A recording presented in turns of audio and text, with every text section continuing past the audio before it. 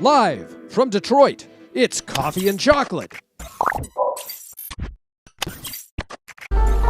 Hey everyone, welcome back. It's Coffee and Chocolate. We're doing Vampire the Masquerade from the World of Darkness universe. And these are not your father's vampires. They're not your mother's vampires. They're not even your gay roommate from college's vampires, to be honest with you. Garlic doesn't faze them. Mirrors don't scare them. And they all are divided up into clans, each of which has different abilities and weaknesses. And right now we're playing as a young, well, young before she died vampire named Callie, who is part of Clan Ravnos. And Ravnos' trick is that they can't stay in one night, stay in the same place for more than one night. Otherwise, I'm not sure what happens. Something bad, I suppose. Anyway. Callie's in New York, and her sire, the vampire who turned her into a vampire, has disappeared. And now the local society in New York of vampires is after her and him because they think he's been breaking the vampire code. So she now essentially has been released on her own recognizance, with the understanding that it's her responsibility to find her sire and bring him back to vampire justice, I guess. So, that's it. Let's get to it.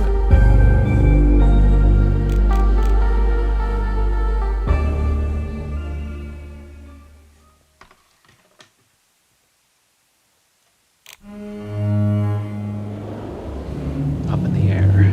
I bought myself some time to find radar and scram out of the city before the Camarilla catches on.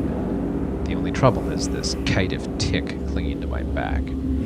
Which honestly is kind of my own fault. I need to figure out how to shake him off. I guess this is our current mission. The map here lets us navigate through different choices, but it doesn't look like there's much for us to do here. I'm gonna check the journal real quick just to make sure I didn't forget anything. I hadn't played this for a day or two. Night 1, Night 2, Night 3, Night 4, Night 5, Night 6, Night 7. Oh, and it ends at New Year's Eve. Oh, cool. It's Christmas time. Nice. Addison Payne. Oh, I see. It's like a little biographies. Addison Payne. Wealth, connections, and unwavering adherence to the traditions. Can't move or speak on his own, but he has an aide who does it for him. Aisling Sturbridge. Warlock. That means she's one of those very intelligent and very magic-focused, I guess, vampire clan. Johnny D'Angelo, Gumshoe, huh? Detective extraordinaire. Anarchy's the prince. For some reason, prince is a sex-neutral term. Hound, Camaria's footstool. Largely incompetent. Sawinski. La Sombra. Oh, wow. I see. Interesting this didn't come out. Wits of a former journalist with the ruthlessness of a fully realized La Sombra. Having recently taken her place in the council, sacrificing her lover and a good part of her humanity in the process. I see. That's amazing. Her relationship with her former mentor, Kadir, has grown chilly, and Kadir is the sheriff.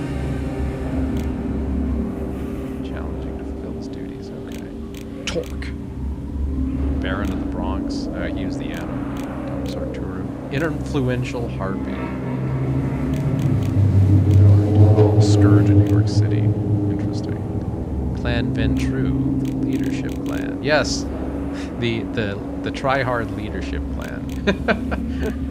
Alright, I only have 1 level in animalism, 2 in presence, 2 in obfuscate. And luckily they remind me of what this is when I go back to it. Alright, let's actually click into this and start. We might not need air to nourish our Vita, but I still let out a sigh of relief when the doors to Elysium slammed shut behind us. Talk about a crew of entitled assholes. Hold up in their ivory tower, sneering at kindred just scraping by to make dead ends meet. I hope they get a nice, sharp stake to the foot. But hey, it's all good. My golden words and silver tongue. Managed to buy me some time to find Raider and get the hell out of Dodge where those clowns catch on, though we've already hit the west coast. The only hiccup for now is... keep making that face at me and it just might stick that way.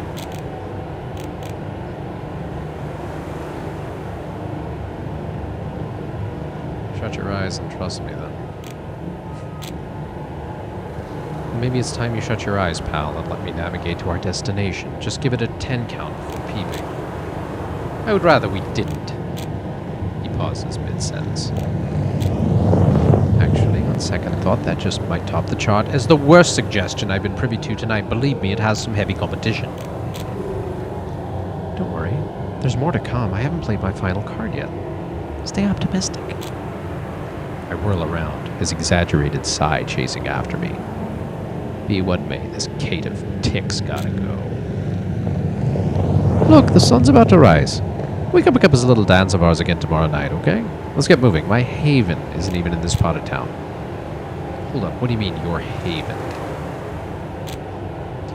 Alright, hear me out. I get the whole thing's a bit of a pain for both of us. Trust me, I have no more desire to mind you than you have to be minded. But let's rewind for a second. You picked me out at Elysium and got us both into this mess. If I let you out of my sight, things will get proper unpleasant for me. And believe me, I'm speaking from experience. I guess he's a little Irish that way. But you'll be torn to shreds by Caitiff's hounds before you could say oops.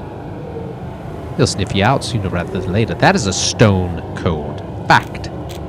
So how about we skip the theatrics? You tag along to a place I know is safe.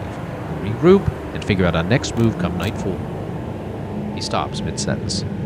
Fingers crossed for whatever it is, the kindred version of a stroke. Maybe I can get away and get to my RV.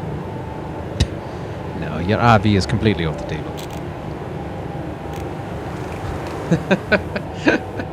Wait, she didn't say that out loud, Gerald. Did you notice that?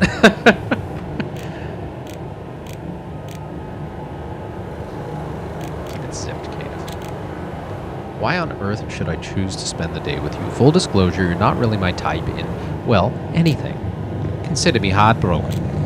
How rude. Leading a poor defenseless girl back to your lair with promises of shelter. I won't stand for it, sir. Could you maybe not? It's hardly as amusing as you seem to think. But let's be real. The ship for me playing the gentleman sailed a while ago. You mean you never were a gentleman, right? He stays silent for a moment, likely thinking he's gained the upper hand in our verbal spar. I still count it as my win. Nevertheless, he starts yapping again soon after. Well, in any case, we need to find a place to rest, and Mahaven is the safest choice. I'd really hate to resort to violence, but don't presume I won't drag you there if the need arises. It's your call. Every time I don't get a say, it somehow turns out to be my call. Come on. What do you think I'll do, run away? Obviously. Oh, you've little faith. Would I try to bail on you on Christmas night? You sticking around might just come as a true holiday miracle. And no, I don't bank on holiday miracles. If you're the impression that I let you out of my sight, you're not paying attention. Come on, let's not dilly-dally. Dilly-dally? Did they embrace him in a Dickens novel? Talk about being charming.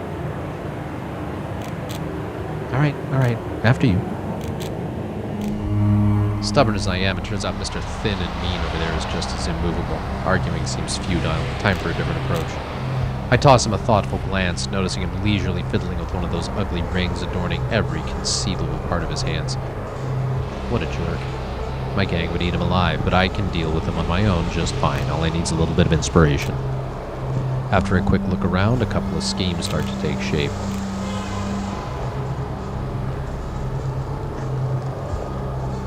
bouncer looks easy to fool. How about a magic trick? Let's play the Tell card.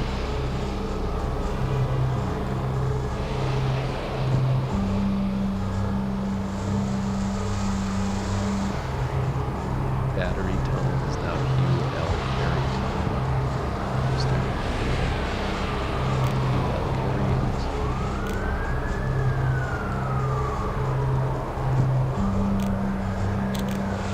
I spy with my little eye a handful of mortals daring to navigate the frosty streets. Many of them stagger along on the frozen sidewalks, whether from the ice or generous helpings of alcohol they've indulged in earlier. It's quite the tempting scene. I'm not exactly famished. I managed to grab a bite on the road before hitting New York. But the Caitiff's in the dark about that, and honestly, I'm pretty skilled at acting the part of the hungry predator, if I do say so myself. I halt abruptly, allowing a series of convulsive twitches to seize me. Hey, what's with the drama now? I'm feeling off. Haven't fed in a bit. It's starting to get to me. I don't think I can handle it much longer. You're telling me you cannot endure for a few hours more? No, with my clan, hunger hits differently. It's swift and merciless. It's just how we are. Been there once, never want to go back. He shoots me a look filled with skepticism, but I just mimic a shiver, my body quaking as if I'm starved. Yeah, I'm lying all right, but he doesn't know that. Ravnos were a rare sight, practically unheard of around here, or anywhere, really. So in his eyes, my performance could very well be genuine. To further my agenda, I place a hand on my temple, my eyes tracking the solitary figure puffing away in a nearby nook. Had that Valerie skank not blindsided me, I might have...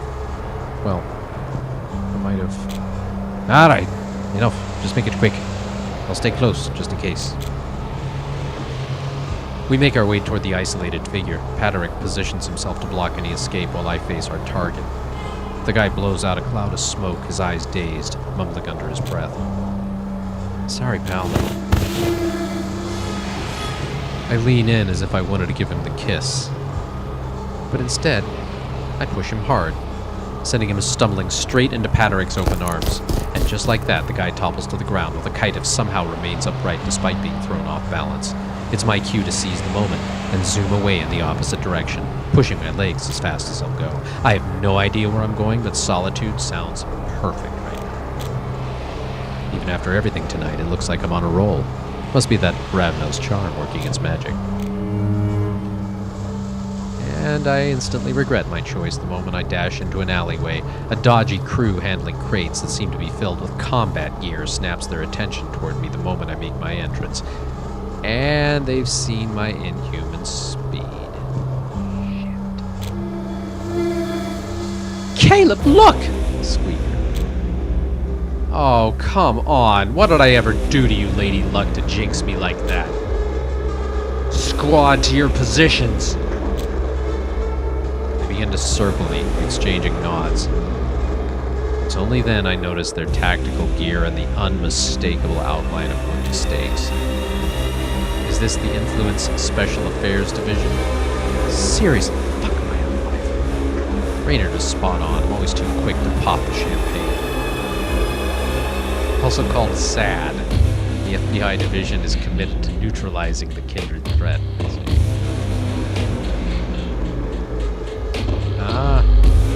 Commandeered Kindred assets give them impressive economic freedom from other global entities involved in what the vampires call the Second Inquisition.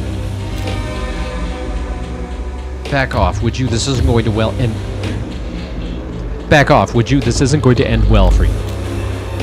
Shut your filthy gob, leech. He whips out a stake to compensate for his shaky tone.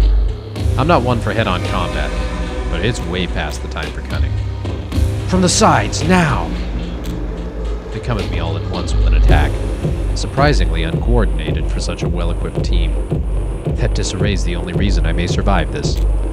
As a flash of heat surges through me, their movements seem to slow down. I grab the first one by the arm as he swings a knife at me, driving my nails into his armpit.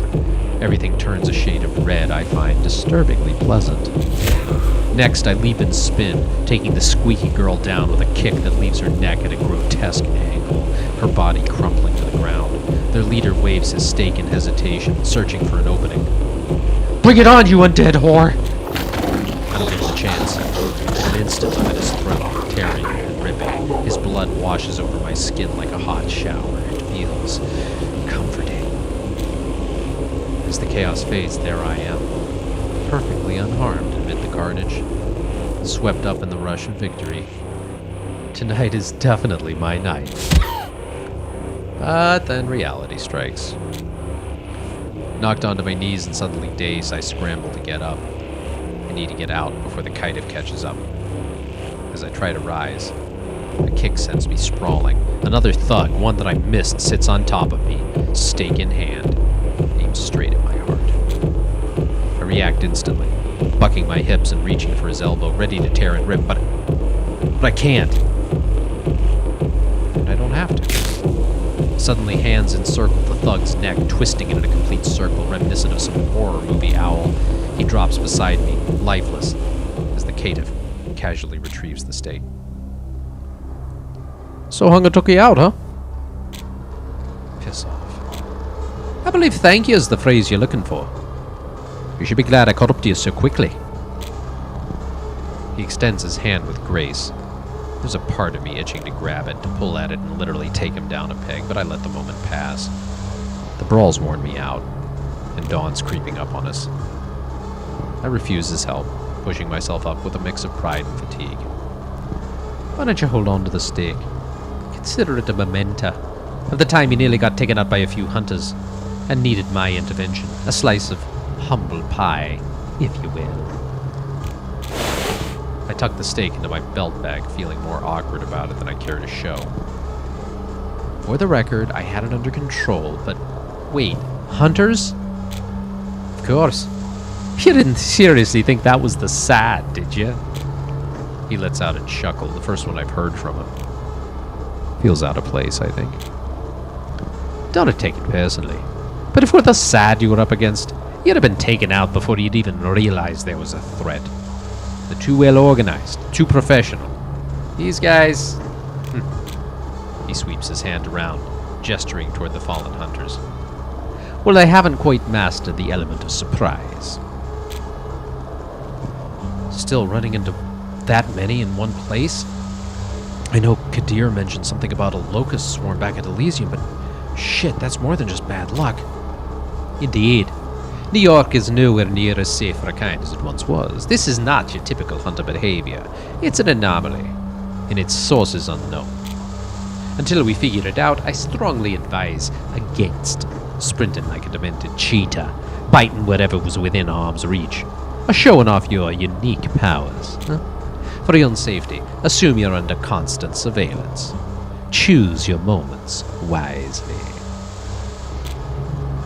It's the second time I'm hearing this sort of warning tonight. Maybe I should actually start paying attention. And you might want to rethink your attempts to ditch me. I might not arrive in time to save you the next time you get into trouble. The next time. He seems to have me all figured out. Alright. Maybe sticking with you might have some benefits. Am I hearing things, or is that a compliment? Don't let it go to your head, and don't expect a repeat. Now about that haven of yours.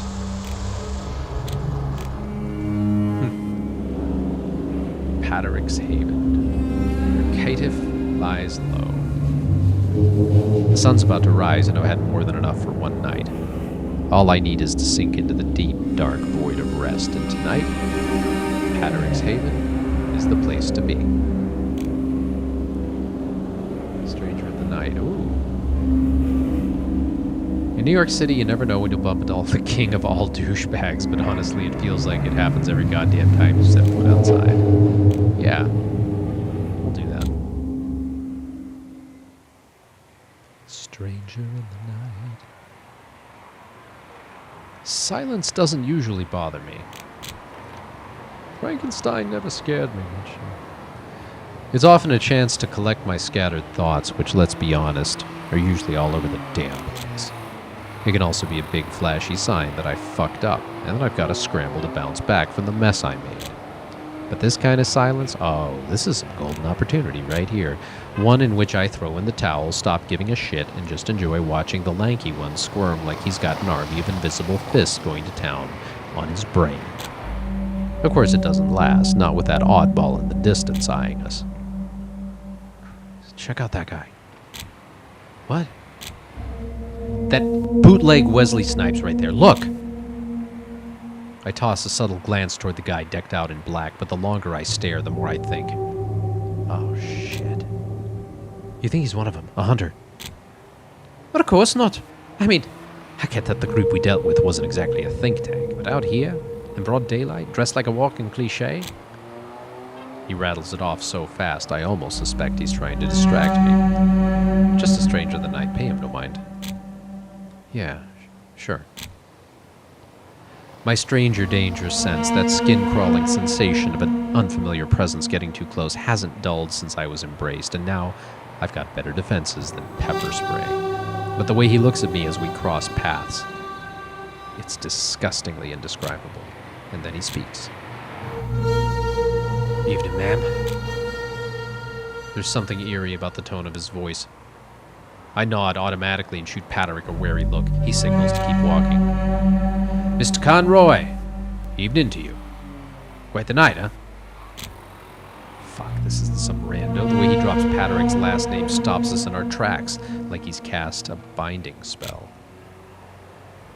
Quite the night indeed. I'm kind of in a rush, though. I see. I will be brief, then.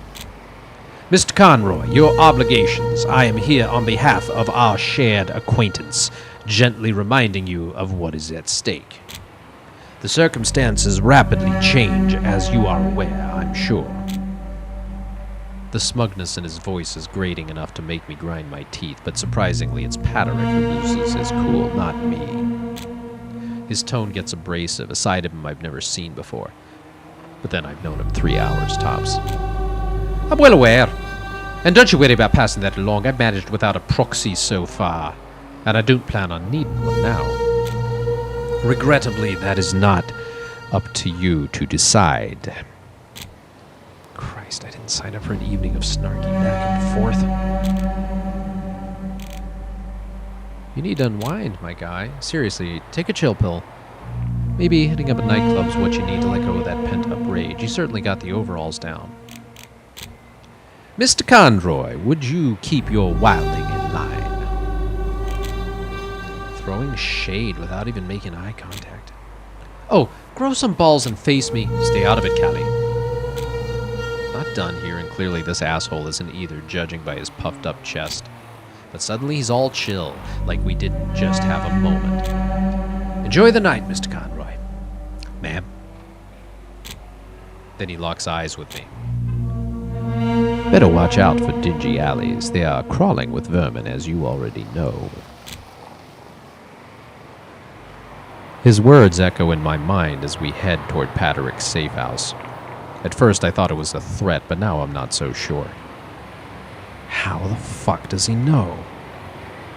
Does gossip really spread around that quickly here? Who the hell was that?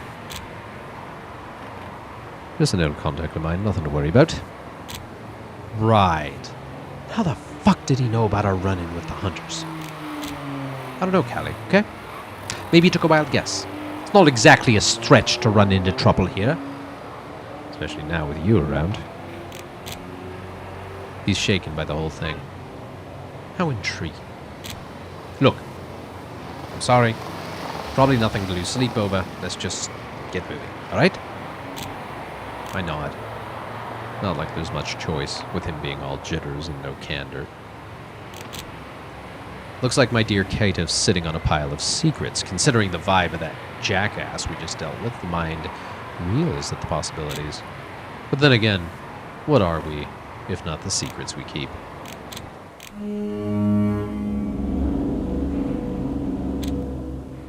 The walk feels endlessly long. I try to focus on the task of locating Reynard, but my thoughts just won't line up right. Definitely not a promising end to the night. Before I know it, we're already there. This is our stop. Let's head inside. Dawn is nearly upon us. He steps through the door first, but leaves it open for me. I see it as a sign of trust, or maybe I'm just too exhausted to be on the lookout for tricks. Home sweet home.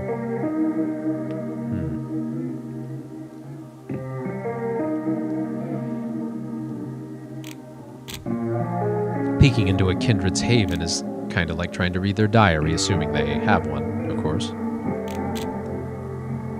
Our van, which I share with my crew, might tell a story of covert operations, daring escapes, and tight-knit camaraderie.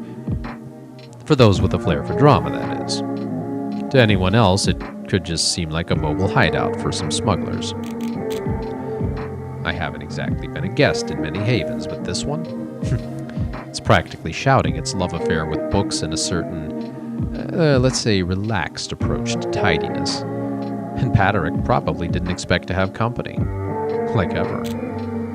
Every inch of it is covered in books, papers, random notes, a wild mosaic of ideas, from the mundane to the outright unhinged. I swear there are scribbles on napkins in the mix. Padaraic seems a little flustered that I caught his haven in such disarray. He rushes to clean up, picking up an armful of paper along the way. Make yourself at home. Couch is all yours. At least the windows, all still open, have been secured with steel shutters. All in all, the place feels rather cozy. Pretty decent haven, I think. Just a tad too lonely for my tastes.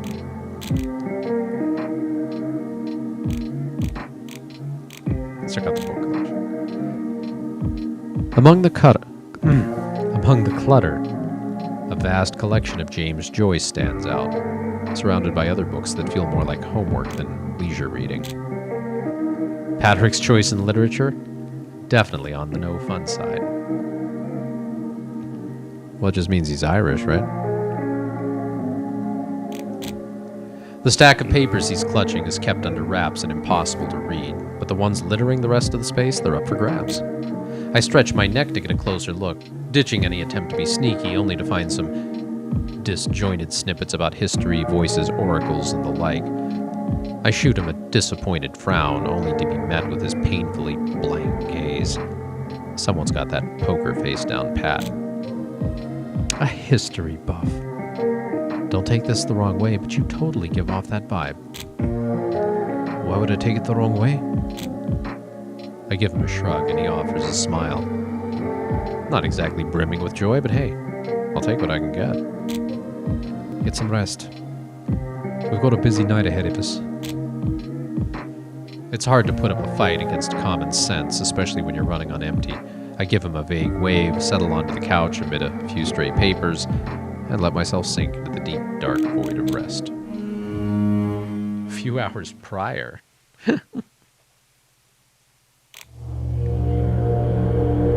What is this? The Tremere Laboratory, okay.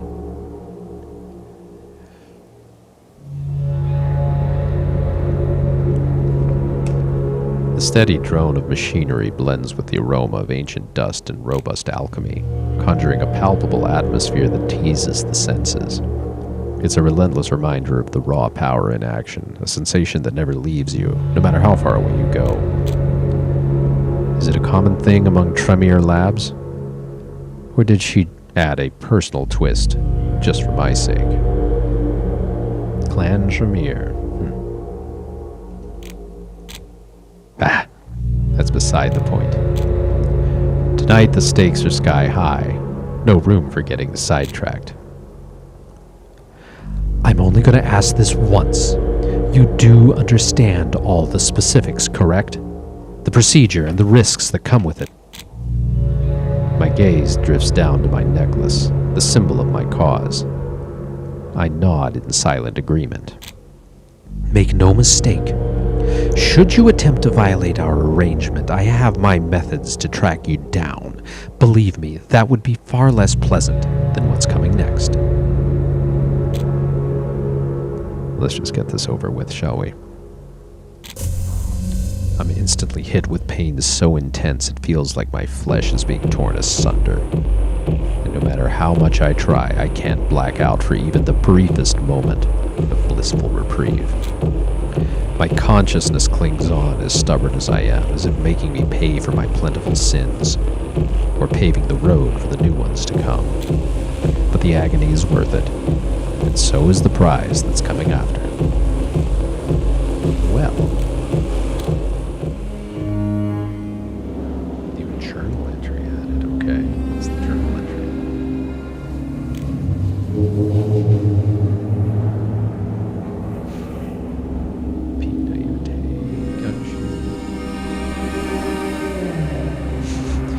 And life is full of surprises. I never pictured myself at a slumber party in the Haven, but James Joyce junkie would look at me now. Caleb. Devoted to the cause and ruthless beyond his years, is not afraid to get his hands dirty. But didn't kill him. Padaraic. A calm, nondescript presence lurking in the background of any meeting involving both the Anarchs and the Camarilla. Acts as advisor to Torque, the Baron of the Bronx. Squeaker. Ah, she's gone now.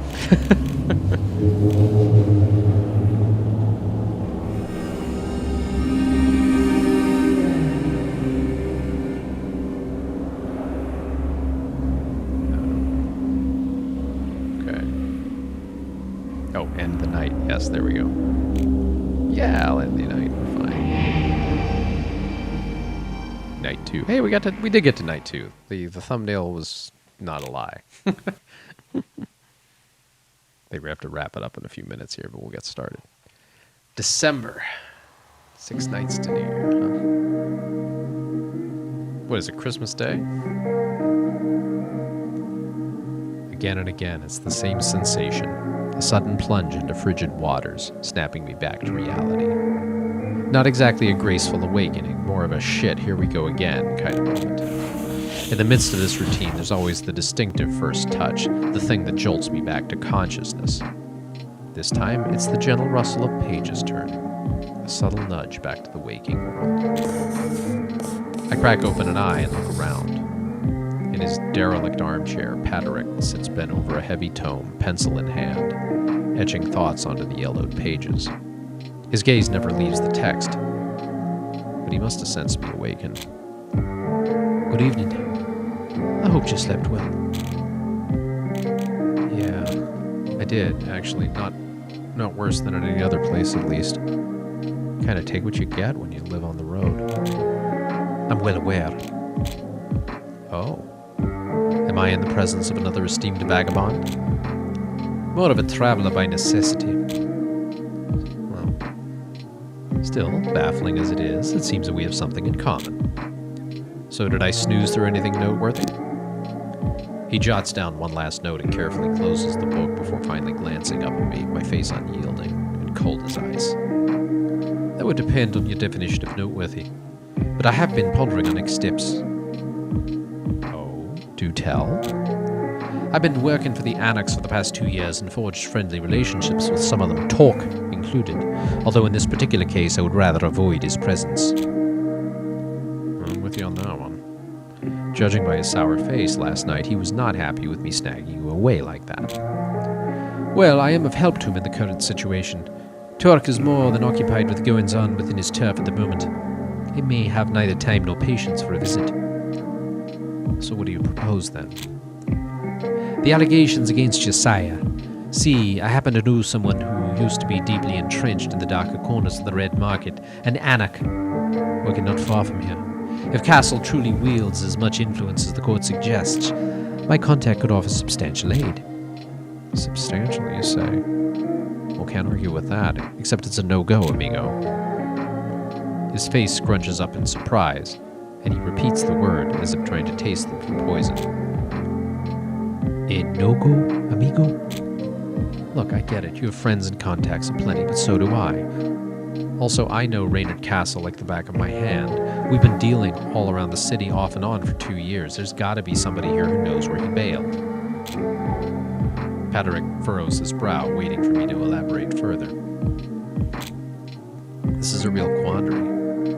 2 little angels whisper steadily into my ears, one having fallen spectacularly into the pits of hell, while the other has only sauntered vaguely downward, spouting completely contradictory notions. In the end, I ignore them both, as I often do, and choose a third option, the best option, one where I don't have to reveal much at all. Look, there's this one guy who hangs around Harlem. Elias Sansarik. Apparently he's one of the few kindred that didn't burn with hatred for Reynard, so it must mean they were getting along. He tilts his head slightly at the name of my, well, let's just call it a contact. Elias Sansarik. The serpent. Why, do you have something against them? Do you know what the ministry... Never mind that. Do you have the slightest inkling about what Sansarik's capable of? Cult-like clan. The Serpents. What a good name. Oh, I'm not fond of that look. The one filled with pity. But somehow I can't seem to bring out a credible lie to spite him. Well, go on. Enlighten me. To put it bluntly, only in the most desperate situation would anyone with an ounce of sanity consider seeking out Elias Sansarik. A perfect lead, given my circumstances. I can go find him now, have a little chat, and be back in no time. We could go find him, but it's far from the best course of action at the moment. Sansarik is known to be extremely dangerous and territorial. We should not take him lightly. I propose we go to the Anarchs first. At least there we'll not be in danger of losing our heads. You're being so dramatic. We're going to be fine. What's the worst that can happen? I believe that us literally losing our heads is most definitely in the realm of possibility. We could split the party. Again, we most certainly could not. See, I think... Sweet lord, this guy. Alright, time to kick things up a notch. I fish a weighted coin out of my belt bag. Whoops! Sorry, I think I reached my limit there. How about we just flip a coin? Heads, Sansarik, tails, Harlem. You mean the Bronx? I hate it when people actually listen to what I say. Fine, call it already. I see him hesitate, eyes going blank for a moment. His hand almost inadvertently crawls toward his ring, spinning it around a couple of times, squinting at it. I finally manage to make out that it's a dice ring. One of those real dorky ones that D&D nerds wear when they want to look their silliness. Wow, you know, those guys who play these stupid pen and paper role-playing games, right? Finally, Padaraic looks back at me, gaze as sharp as ever. All right, but you call it. Suit yourself, buddy. It's your funeral. Toss for heads, sots for tails. Yeah. Heads. Heads I win, tails you lose. Heads! I lower my head to hide a little smile. The weighted coin glimmers in the warm light of the floor lamp as it soars through the air, spinning quicker than the wheel of fate. It lands safely on my outstretched hand, and I flip it onto my palm, showing it confidently to Padaraic without even a glance. He looks at it, smiles up at me like the cat that got the cream. Tails. Fancy that. Seems you're going to the Bronx after all. What? Impossible. Truly impossible. This has never happened before. Traitorous coin, have I not been good to you? Have I not kept you safe in my pocket all these years? Is that how you repay me? I mean, what the actual fuck? Who is he? Did David Blaine finally freeze to death and turn into this lanky trickster? How did he... Best 2 out of 3? Come on. We'll take my car. Well, shit. There's one battle lost. Yeah, your car. Wait, you mean that black rattletrap out front? It's a perfectly serviceable vehicle whose minuscule size allows for... You know what? How about we just go and you can enjoy your minuscule vehicle in silence?